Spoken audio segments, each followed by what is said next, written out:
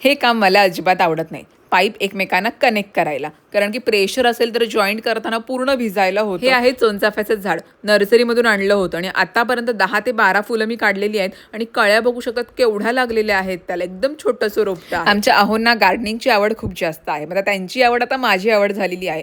वाटतं छान, पण मेहनतीचं काम आहे. खूप मेंटेन करावं लागतं गार्डनला. आणि सकाळ सकाळ कामात काम माझं वाढलं. नाश्ता करायला घेतला आणि नेमका मसाल्याचा डब्बाच पडला, तो सुद्धा शेगडीवरच. आणि सगळं काही मिक्स झालं. मग काय, नाश्ता राहिला साईडलाच, हेच साफ करत बसले. आमच्या गावामध्ये एकच दुकान आहे, त्यामुळे तिकडे सगळंच मिळतं असं नाही, म्हणून ह्यांना कामावरून येताना जेवढं काही सामान सांगता येईल तेवढंच सांगते. आणि न सांगता सामान आणलं ना की जरा मजा सुद्धा वाटते, कारण का आम्हा दोघांना चिटरपटर खाण्याची सवय आहे.